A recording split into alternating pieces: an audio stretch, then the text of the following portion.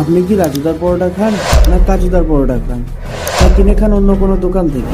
এর ভিতরে লুকিয়ে আছে আসল সত্য, ইতিহাস আর বিজ্ঞান। জানেন কিভাবে?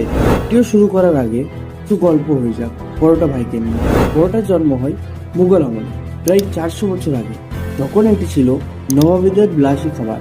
ধীরে ধীরে এটি গ্রাম থেকে দোকানে, আর দোকান থেকে শহরে প্রতিটি রেস্টুরেন্টে পৌঁছেছে। আজকাল বাইরে গেলে সকালের নাস্তা পরোটা দিয়ে করতে মন চায়, কিন্তু জানেন কি?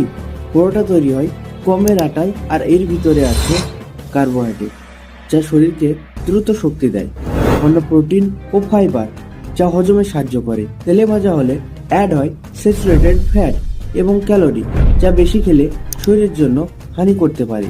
কিন্তু শ্রমজীবী মানুষদের জন্য পরোটা হলো এক দ্রুত শক্তির উৎস। খালি পেটে খেলে এনার্জি লেভেল বাড়ে, কিন্তু বিজ্ঞান বলছে অতিরিক্ত তেল বা ঘি দিয়ে ভাজা পরোটা হজমের সমস্যা, তো এতে ওজনও বাড়ায়, ডায়াবেটিস ও কোলেস্ট্রল বাড়তে পারে, এমনকি হার্টের ঝুঁকিও বাড়ায়। তো কাদেরকে বেশি পরোটা খাওয়া উচিত?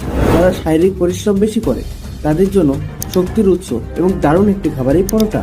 আর যাদের ডায়াবেটিস, উচ্চ রক্তচাপ বা স্থূলতা আছে, তাদের জন্য পরোটা সীমিত পরিমাণে খাওয়া বা এড়িয়ে চলাই ভালো। কিন্তু শেষে এটুকুই বলবো, গরম গরম পরোটা খাওয়ার মজাই আলাদা। বিজ্ঞান বলে পরোটা খেতে পারেন, কিন্তু সীমিত পরিমাণে। মনে রাখবেন, সঠিক খাবার হলো ওষুধ, আর অতিরিক্ত হলো যা হয়ে যায় বিষ। এরকম খাবারের ব্যাপারে আরো যদি জানতে চাও, তাহলে ফলো করো শেফ ওয়াসিমকে। ধন্যবাদ।